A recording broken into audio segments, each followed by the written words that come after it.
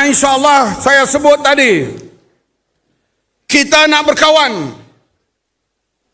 Tetapi kalau mereka memilih untuk berlawan, kita akan bertanding habis-habisan.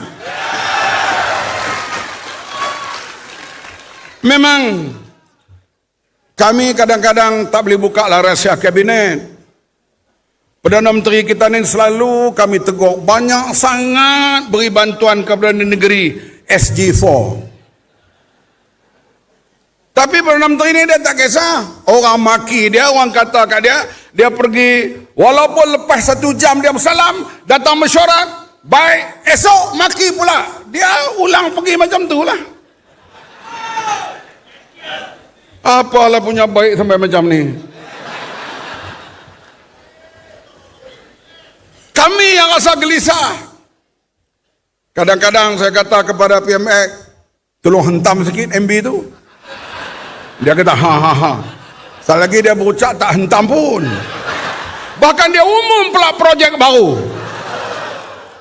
Artinya Perdana Menteri kita Perdana Menteri yang mengikut saluran demokrasi, mengikut peruntukan-peruntukan yang di bawah perlembagaan untuk kerajaan-kerajaan negeri, tanpa diskriminasi.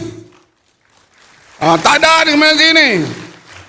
Jadi hadirin sekalian, kalau kita rasa nak ubah Perdana Menteri,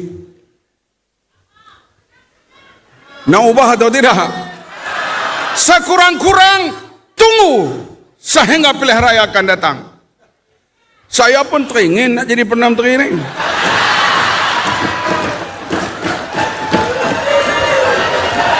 Anthony Loke payah sikit.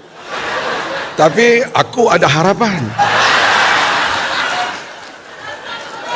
Tetapi daripada harapan kita mungkin hancur berkecai, lebih baiklah kita sokong terus Datuk Seri Anwar Ibrahim.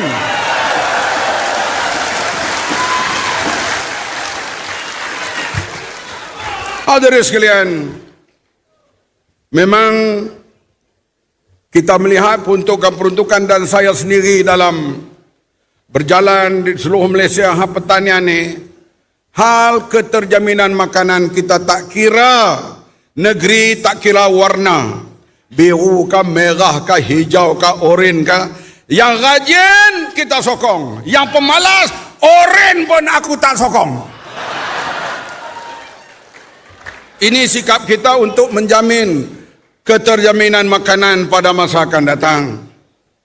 Cuma kerajaan kita berterus terang, tiap-tiap minggu Majlis Tindakan Ekonomi memberi maklumat-maklumat kepada kita. Ni Tengku Zafrul pun ada sini. Dulu dia banyaklah beri taklimat kepada kita. Dan kita memahami keadaan keuangan, keadaan semua, dan berlakulah kita lihat terus terang kita kepada rakyat setiap minggu. Sama ada minyak nak naik ke, nak turun ke, minggu ni naik, minggu depan turun, semua reveal kepada rakyat. Artinya kita tidak menyembunyikan sesuatu.